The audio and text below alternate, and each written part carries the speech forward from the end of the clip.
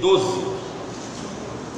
Então avisaram a Davi dizendo: o Senhor abençoou a casa de Obed-edom e tudo quanto tem, por amor da arca de Deus. Foi, pois, Davi, e com alegria fez subir a arca de Deus da casa de Obed-edom à cidade de Davi. Irmãos, dando continuidade às nossas reflexões sobre família, quero pensar com os irmãos hoje e chamá-los a atenção acerca do tema: por que a família é tão atacada assim, né? Por que nós estamos sofrendo esses ataques? E desde que Deus instituiu a família lá no Éden, começaram os ataques. Agora, a família nunca foi tão atacada quanto agora, quanto nos nossos dias, no Brasil. Nós nunca sofremos tantos ataques quanto agora. E a começar pelo próprio ataque com relação ao casamento. O casamento, ao longo dos anos, ele vem sendo relativizado. As pessoas não levam muito em consideração e criou-se um hábito de que as pessoas simplesmente decidem, saem, um da sua casa, vai para cá e tal, e cada um forma seu núcleo familiar, sem uma organização básica, estrutural. E o nosso governo, que na época era governo de esquerda, né, vendo essa questão, no lugar de facilitar a aquisição das pessoas ao casamento, né, porque casar é caro, o que fizeram? Criaram uma união estável. E a nossa Constituição diz o seguinte: para efeito da proteção do Estado é reconhecida a união estável entre homem e mulher como entidade familiar, devendo a lei facilitar a sua conversão em casamento. Ou seja, o governo vê que as pessoas simplesmente não estão mais casando. Aí vamos usar um termo nosso aqui da região: as pessoas estavam se amigando, tá? Lembrando do Jô Soares, estavam se amancebando, né, Madalena? Então, o que eles fizeram? Eles tentaram legalizar esse estado de amásia. Mas, na realidade, eles relativizaram o casamento ainda mais com isso aí. Agora, se os irmãos prestaram atenção na leitura, o artigo diz o seguinte: que a lei deve facilitar a conversão da união estável em casamento. Ora, se ela deve facilitar para que se torne casamento, união estável não é casamento. Isso é lógico. A união estável, ela não é reconhecida como casamento, ela apenas garante algum tipo de direito para quem vive junto. Algum tipo, não são todos. A união estável, então, não é casamento, isso é fato. Isso precisa ser entendido por nós. E isso veio, então, de alguma forma, impactar a questão do casamento no Brasil. O segundo ataque, assim, muito claro, é a união homoafetiva. A união homoafetiva é um ataque muito claro com relação à entidade familiar. Esse tipo de união adultera o princípio da família estabelecido por Deus. Também nós temos hoje a questão da ideologia de gênero, que ela ganhou corpo em 1949, com a famosa escritora francesa Simone de Beauvoir, publicou um livro intitulado O Segundo Sexo, chamando a atenção do mundo para a ideologia de gênero.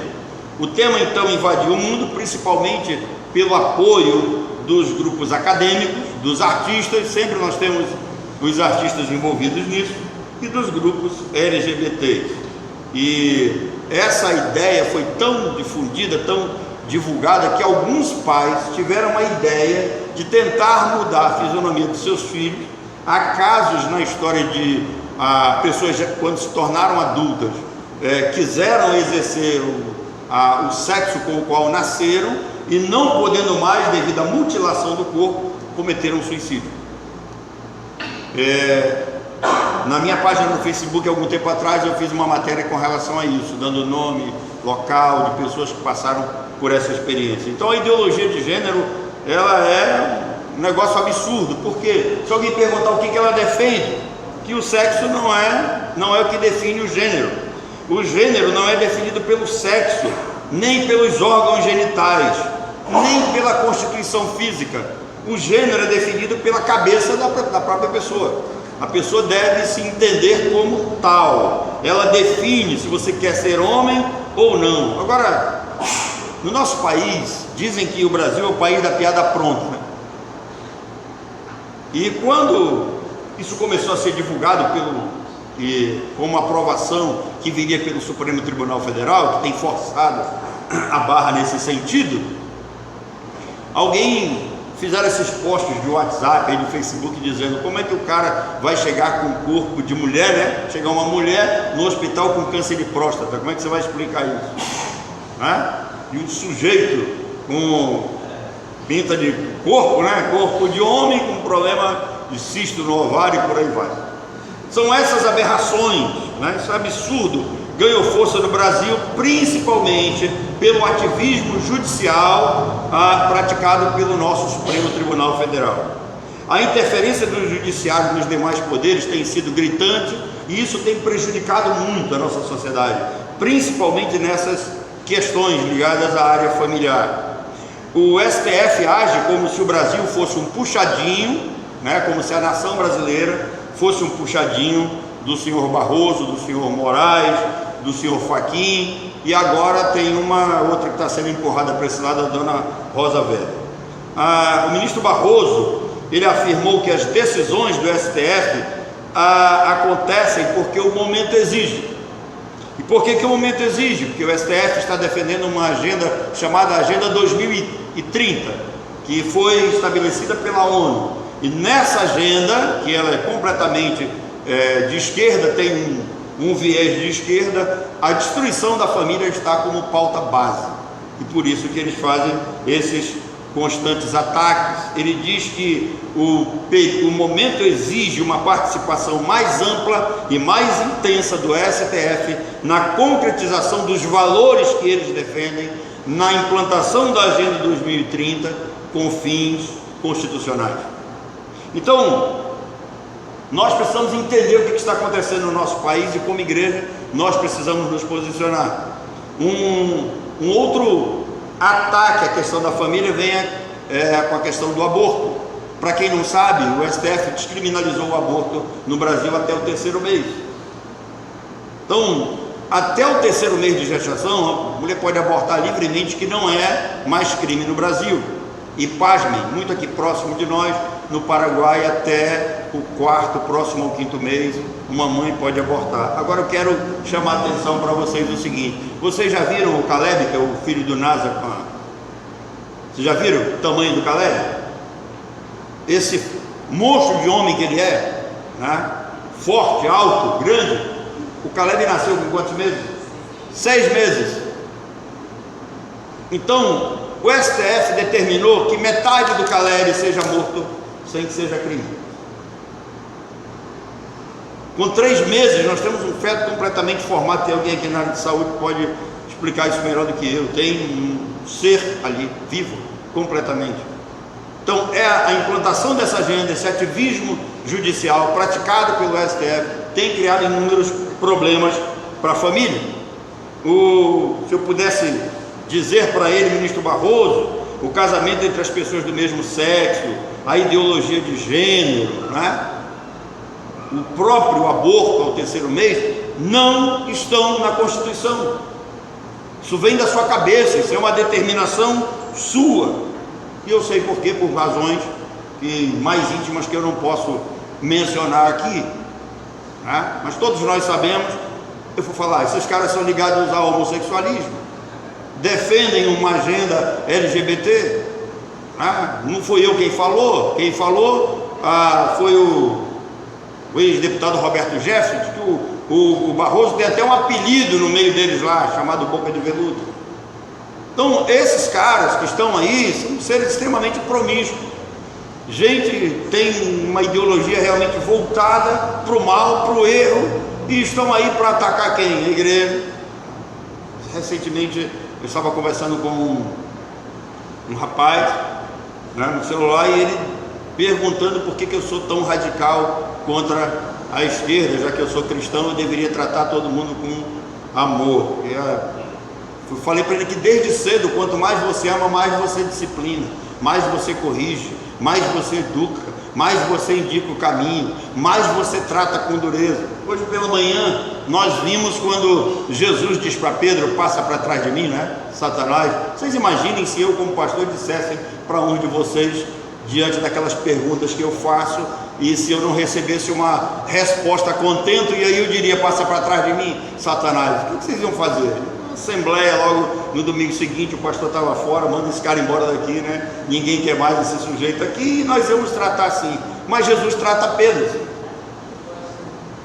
Tem um momento na história que, não sei se vocês já leram, Jesus diz assim, que Jesus está chegando numa cidade e o Herodes manda dizer que ele não seria bem visto lá, não seria bem recebido. Aí Jesus diz assim: vai lá e diz para aquela velha raposa que eu vou ficar um tempo aqui, e eu vou pregar, eu vou curar, eu vou sarar pessoas, e ele não vai fazer nada. Agora, irmãos, o que é aquela velha raposa?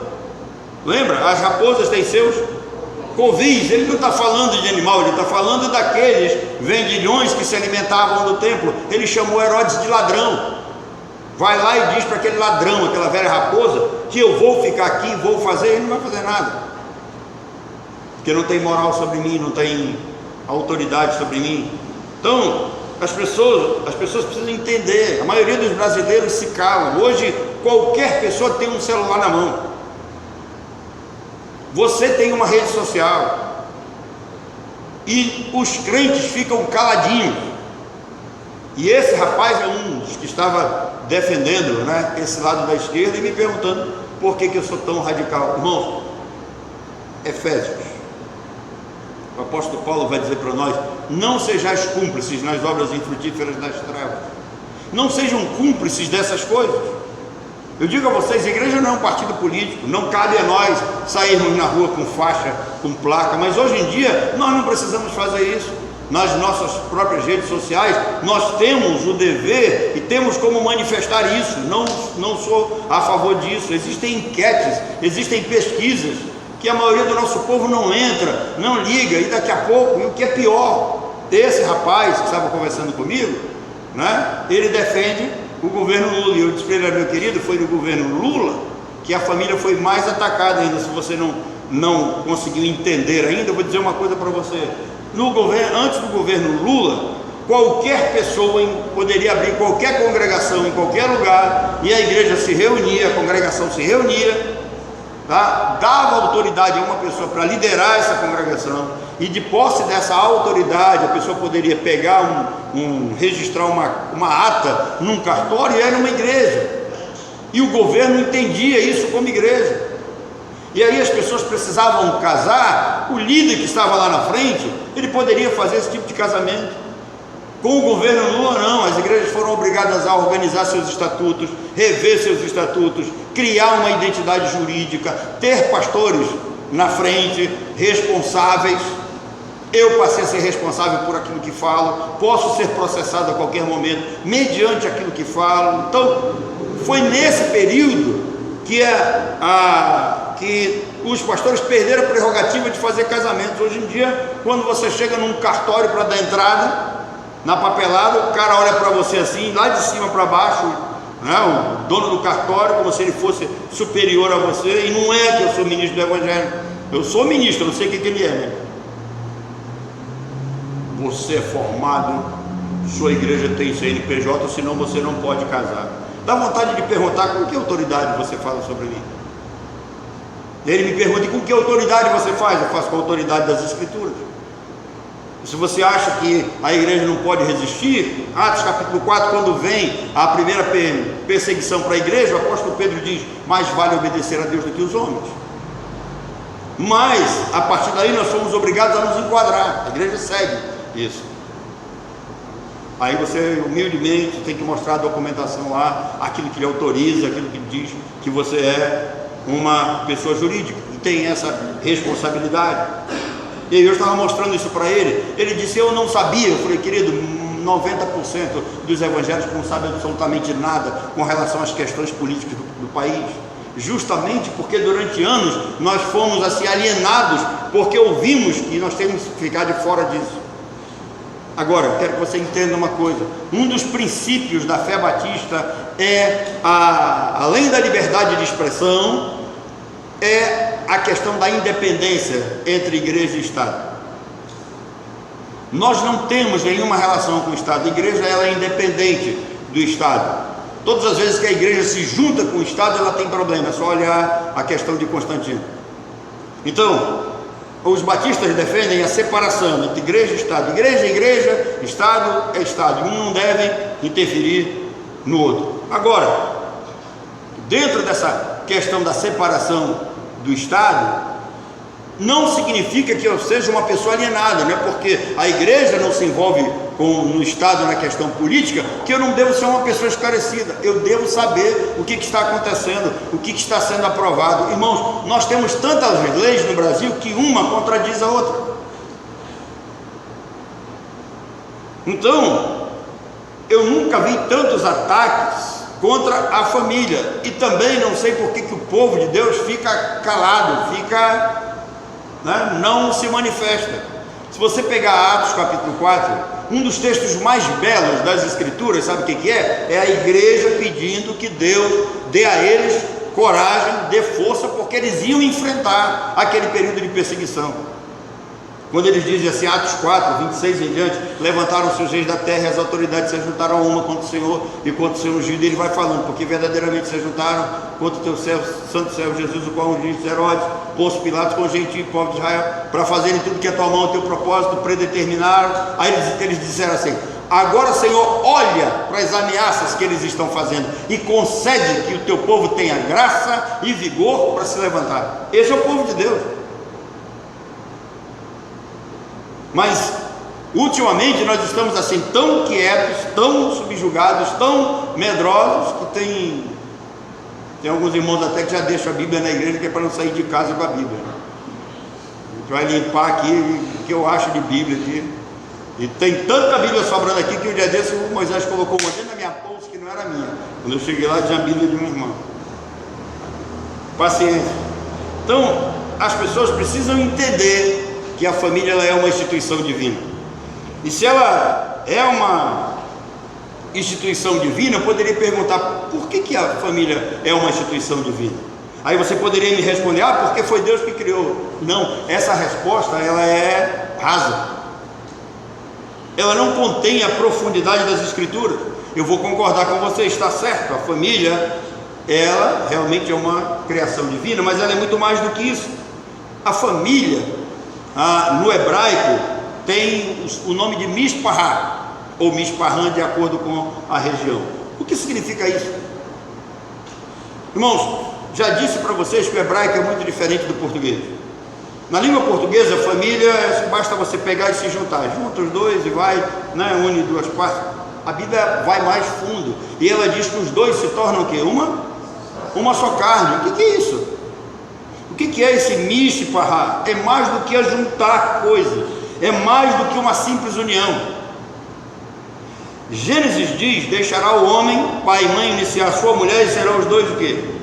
Uma só carne. Isso é mais do que uma união de ideias, é uma união de corpos e de seres. União, no hebraico, tem o sentido, a palavra é davak. Davak significa a junção de dois seres para formar uma família. Ou seja, formar uma família tem o sentido de unicidade. Olha o milagre divino. Deus pega as duas pessoas e faz dessas pessoas, das duas faz uma só pessoa. Agora, vocês sabem o quanto é difícil a gente vivermos como um, pensar a mesma coisa, ter as mesmas decisões, tentar encaixar a vontade de um e de outro, Mas a princípio a coisa começa espiritualmente. Na igreja batista de Tabernáculo do Senhor, que eu estou na segunda igreja, eu sou pastor, eu sempre vejo as pessoas falando, vamos trabalhar a unidade da igreja. Irmãos, a unidade da igreja, ela é resultado de doutrina. É isso que o apóstolo Paulo ensina aos Coríntios. Nós só vamos pensar a mesma coisa, nós só vamos agir no mesmo parecer Nós só vamos ter a mesma disposição mental se tivermos os mesmos conceitos teológicos e doutrinários. Senão não dá certo.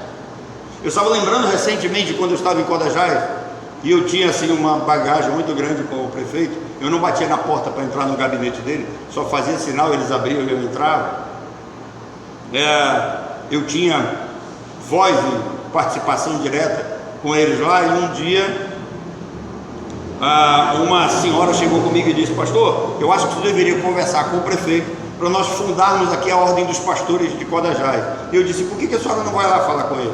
Por que tem que ser eu? Ela disse: não, porque o senhor tem mais acesso a ele. Eu falei: eu posso ter acesso a ele, mas eu não vou criar isso. Ela: por quê? Porque eu não concordo com a senhora no grupo. Se eu criar esse grupo, a senhora vai ficar de fora? Ela falou: por que eu vou ficar de fora? Porque na Bíblia não existe ministério feminino, não existe ministério pastoral feminino. Vou explicar uma palavra para dizer para a senhora. No hebraico, a palavra episcopos, que diz respeito a bispo, a pastores, não existe no feminino. É necessário que o bispo, que o pastor seja marido de uma só mulher. Se você lê o texto, não tem base para feminino ali, é só masculino. Essa liderança é masculina. Quando Deus estabelece essa família no Éden, Ele coloca um responsável para responder diante dele, que é Adão. Ele é cabeça. E aí Paulo faz essa analogia. Ele diz: olha, o marido é cabeça da mulher, como Cristo é cabeça da igreja, como Deus é cabeça de Cristo. Tem uma hierarquia. Então, juntar-se para formar uma família é uma união de almas, de espíritos, de corpos, muito mais do que isso. Essa palavra da qual nós vemos aqui, Davat, tem a mesma referência da Trindade divina. Se você ainda não prestou atenção, observem que a palavra Trindade é uma forma de Deus assinar toda a sua criação no universo.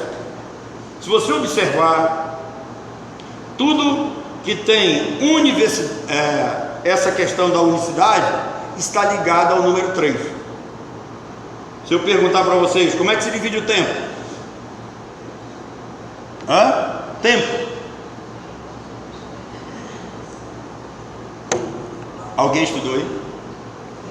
Tempo, sim, vamos lá. Passado, presente, futuro. O dia se divide o quê? Manhã, tarde, noite. Célula, agora eu quero ver. Célula, membrana, citoplasma e núcleo. Misericórdia. Corpo humano, cabeça, tronco e o restante, né? Irmãos, tudo que funciona em unicidade organizacional está ligado ao número 3, porque tem essa essência principal do conceito de trindade. Como se dividem os prótons e os nêutrons? Agora pegou, né? Assim é a família, queridos.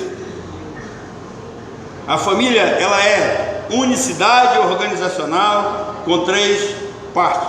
Nessa unicidade familiar estão os códigos genéticos, os códigos morais, os códigos de ordem, os códigos de autoridade, os códigos de disciplina.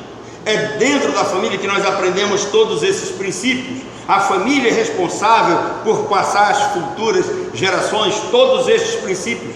Família é a base da sociedade por conter todos os códigos de unicidade organizacional. A família é o modelo de formação da sociedade, e o inimigo sabe disso, por isso ele tenta destruir a família desde o Éden.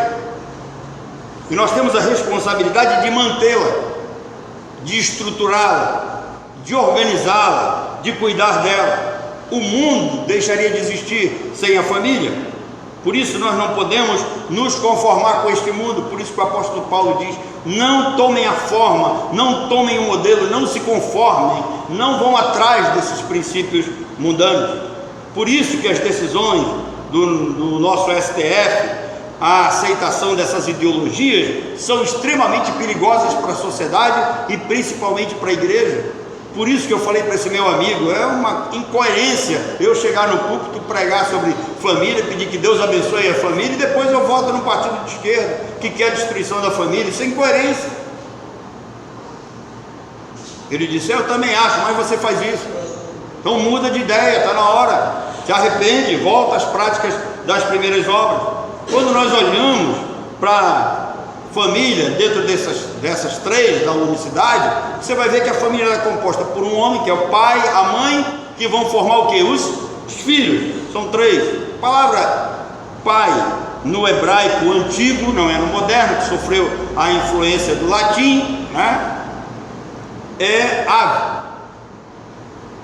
O hebraico tem uma característica, como eu disse para vocês: cada letra ela tem um potencial de valor e tem um significado, tem um simbolismo. Então não é à toa que o hebraico, dizem os estudiosos, que foi a língua do Antigo Testamento, é a língua da origem, que começa lá no Éden, da qual se espalha para o mundo, e que grande parte dela foi perdida, mas é uma língua fantástica. Então, Av começa com a letra Aleph. Aleph significa servo, significa aquele que tem força, aquele que lidera. Então, a palavra Av, a palavra pai, tem o sentido daquele líder, daquele servo que se dedica à sua família, que cuida da proteção da sua casa, da providência da sua casa. E eu falei isso para vocês quando tratei das responsabilidades do homem dentro de casa. Quem é o homem? E aí às vezes eu faço até uma brincadeira com vocês. Eu digo que quando a gente perde esse referencial e essa capacidade, a gente só serve para pagar a conta e carregar sacola, né? Então, esse homem, ele tem que ser líder, ele tem que liderar, ele tem que comandar, porque ele é servo para providenciar as necessidades da sua casa, mas ao mesmo tempo é ele que possui a força dada por Deus para conduzir.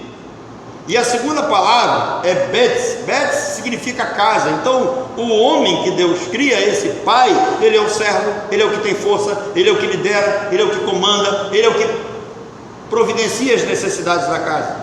Mãe no hebraico é Em. Aleph também está presente. Por que Aleph está presente tanto na formação do homem quanto na formação da mulher? Porque Aleph é a letra principal da qual vem o nome de Deus. Então por que é uma instituição divina? Porque Deus está presente na constituição dos nomes, Deus está presente na constituição da família. Quando olhamos para mãe, né, para a mulher, o hebraico vai dizer que ela é aquela ajudadora. Irmãos, a nossa Bíblia em português coloca a mulher como uma auxiliadora, mas presta atenção: auxiliar, qualquer um pode lhe auxiliar. Por exemplo, na construção aqui, nos reparos do templo, eu sou o auxiliar do pastor Adnei. Ele disse que eu sou o auxiliar dele. Então, mas se eu não estiver aqui, Moisés pode auxiliar, outra pessoa pode auxiliar. Mas no hebraico não, mulher não é auxiliadora, ela é ajudadora. E ela é ajudadora. Eu vou dar uma explicação para vocês. Se você tiver precisando de 100 reais e você só tem 50, ela é os outros 50 que vai inteirar. Ajudadora no sentido de completar. Você nasceu incompleto e você precisa desse complemento. O Júlio já está pedindo dinheiro emprestado ali.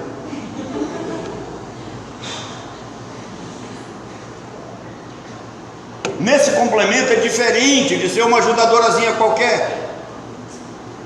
No nome mãe também tem uma palavra, tem uma letra lá que é men. E essa letra tem esse papel importante dessa ajudadora, essa que vai completar, essa que vai trazer também liderança na família. Então, nós temos aqui a formação de um núcleo familiar para trazer a perpetuação da espécie na humanidade. A família na Bíblia, ela tem essa formação. Por que a família é uma instituição divina? Porque ela possui todos os atributos dados por Deus para que ela se torne a célula máter, base para a perpetuação da espécie. É na família. E se nós perdermos esse modelo tradicional de família, nós vamos perder tudo. Nós vamos ter uma sociedade sem ordem, sem autoridade, sem disciplina. Nós vamos ter uma bagunça geral. E mais, nós teremos... Pode mandar construir o número de manicômio que vai ter de louco por aí, não vai ser brincadeira. É na família que nós temos o início de tudo: educação, disciplina, bons costumes, respeito, temor a Deus, entre outras coisas. Tudo isso aprende-se em família. A família é uma organização santa porque tem esses princípios divinos. Por tudo isso, as famílias elas são especiais, elas contêm esses princípios santos. Então é muito mais do que a gente simplesmente se juntar para encher a casa de filho. Quando você conversa com pessoas mais distantes daqui, e eu sempre tenho oportunidade de ir a interiores, a lugares mais distantes, né? Já fui num lugar que barco que chega lá o nome do lugar era Puim. Já ouviu falar em Puim? O barco que vai para lá é aquele que vai assim, ó, Puim, Puim, Puim, Puim, Puim, Puim, Puim. Você pode armar a rede, você pode ler, você pode dormir, vai chover, vai fazer sol e você não chega. Pensa num lugar distante. E aí lá você conversa com as pessoas, e a ideia que eles têm de família é justamente isso. Senão a gente sai daqui, junta com o outro ali para fazer os nossos, entendeu? Os nossos. Enche a casa de filho. Simplesmente isso. Irmãos, família é muito mais do que isso. Principalmente quem mora num núcleo, né, urbano como o nosso, dentro de uma cidade. Nós moramos numa metrópole. Existem princípios de responsabilidade, e mais, nós somos cristãos, existem princípios bíblicos que precisam ser aprendidos por nós. E eu lamento que quando comecei minha família não tivesse toda a informação que eu tenho hoje, mas graças a Deus todos os nossos filhos aprenderam a ser gente, são homens, são pais, são responsáveis, tem dado exemplo disso. Eu tenho um orgulho de ser pai desse rapaz, né, o Júnior, que aqui está conosco. Então nós precisamos entender isso, e quando você entende isso, eu quero fazer um pedido para você: cuide da sua família, cuide da sua casa, ame os componentes, cada um deles da sua família. Formar a família é muito mais do que você simplesmente sai daqui, junto ali. Às vezes eu vejo mulheres que falam com seus maridos sem nenhum respeito, sem nenhum critério. Irmãos, o negócio é tão triste, a situação está tão triste que sexta-feira eu fui chamado para jogar um futebol com um pessoal. Cheguei de uma visita e um colega me liga: Dani, tem uma peladinha aqui, queria que você viesse aqui, traz o teu irmão. Fui lá, aí a gente está sentado aqui, não demora, o pessoal está se arrumando, o celular toca. Quando o celular toca, o cara olha assim, pelo número ele já sabe quem é. Vixe, diz assim: a dona encrenca, ele só faz empurrar para lá, sabe? Não atende, não responde. Aqueles que atendem usam palavras de baixo calão, sem nenhum respeito. Triste a situação, e com isso o inimigo se aproveita. Então nós precisamos entender, você precisa entender que a sua bênção, a sua família, ela tem esse status de bênção que é dado por Deus. E quero dizer uma última coisa para você: os bens materiais que você tem vão ficar todos aqui. A sua casa vai ficar, seu carro vai ficar, os seus bens pessoais ficarão aqui, mas seus filhos, sua família, você pode levar para a glória com você, desde que você siga esses princípios. Irmãos, eu sei que todos nós cremos na doutrina da eleição, mas eu criei meus filhos como eleitos. Eu não sei se eles são eleitos ou não, não sei se Deus os escolheu, mas é meu dever tratá-los como tal, né? Como crentes, para a igreja, ensinar princípios. Por quê? Porque esses princípios que representam a pessoa de Deus dentro de casa traz bênção. E aqui eu quero concluir pedindo para você pensar no texto que nós lemos. E na realidade tudo isso só foi uma introdução. Agora vamos à lição. Quando Davi, grande líder, vencedor, um homem respeitado, mas ele tinha algumas ideias. Eu diria assim que Davi era meio pentecostal. Por que Davi era meio pentecostal? Porque ele não se preocupava muito com organização de culto. Davi fazia as coisas meio assim da sua cabeça, né? Tem um dia que ele resolve encher o templo de instrumento. Aí se você ler Amós 6,5, Deus diz lá que quem colocou aqueles instrumentos lá foi da cabeça de Davi, ele não mandou não. Daí diz assim: que cantais à toa o som da lira e inventais instrumentos de música, né? Como fez Davi. E música é um negócio interessante, né? Porque ainda agora a irmã Rani estava tentando cantar aqui, o Moisés botava o ouvido no violão, eu pensei, vai sair lá de dentro, já. Mas não conseguia, né? Vamos lá. Então, Davi tinha essas ideias, de repente ele se empolga, não, eu vou construir um palácio para colocar a arca do Senhor, vou construir o templo do Senhor. E Deus vai lá com ele, não, Davi, não é você. Por que ele, como um bom líder, não chegava e não consultava o Senhor como os demais, como Samuel que o ungiu? Mas não, nós temos essas ideias, vamos colocar isso no culto, vamos fazer isso porque Deus vai abençoar. Vai não, irmão.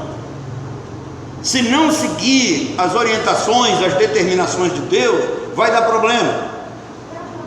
A arca, ela é recuperada dos filisteus e ela está sendo trazida em direção a Jerusalém. O que Davi diz? Davi diz, olha, coloca a arca num carro de bois, eu quero carro novo, bonito, para que todo mundo veja. Sabe o que ele fez, irmãos? Ele esqueceu a determinação de Deus lá no Antigo Testamento, no livro de Êxodo, quando vem a determinação para a construção da arca. A arca não poderia ser colocada em carro de boi, nenhum homem poderia tocar na arca. A arca deveria ter as duas varas do lado, e quem levaria essa arca seriam os sacerdotes.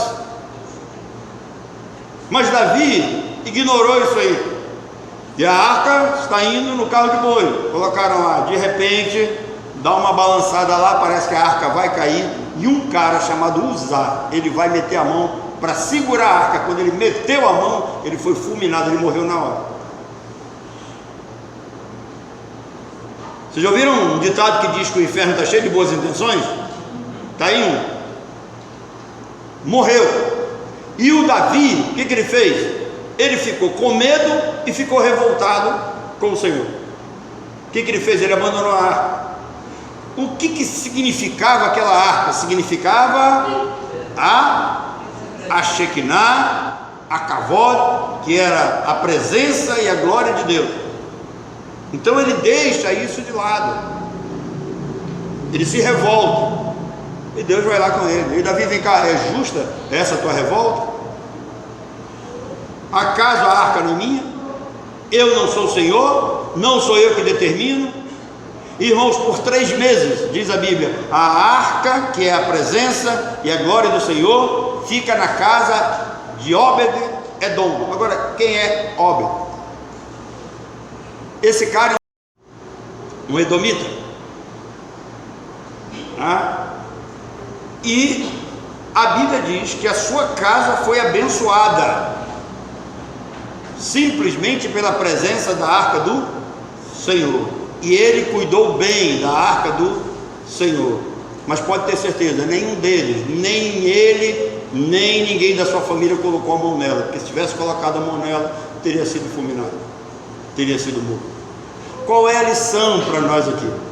Não sei até onde vai o seu grau de intimidade com as Escrituras, mas pense nisso. Se você pegar esses princípios, se você pegar as atribuições de Deus para a família, se você conseguir entender isso, se você conseguir levar para dentro da sua casa, implantar na sua família, amar os seus, agir como líder, como servo da sua casa, pegar todos esses princípios, você como esposa, se tornar uma verdadeira ajudadora, e os filhos que crescem no meio dessa liderança, desses princípios educacionais que vão trazer essa unicidade organizacional, eu garanto para você que a sua casa vai ser abençoada. Então eu quero pedir isso, que Deus nos abençoe, que Deus nos faça pegar esses princípios, são coisas simples, e nós aplicarmos nas nossas casas, para que a nossa família seja uma bênção.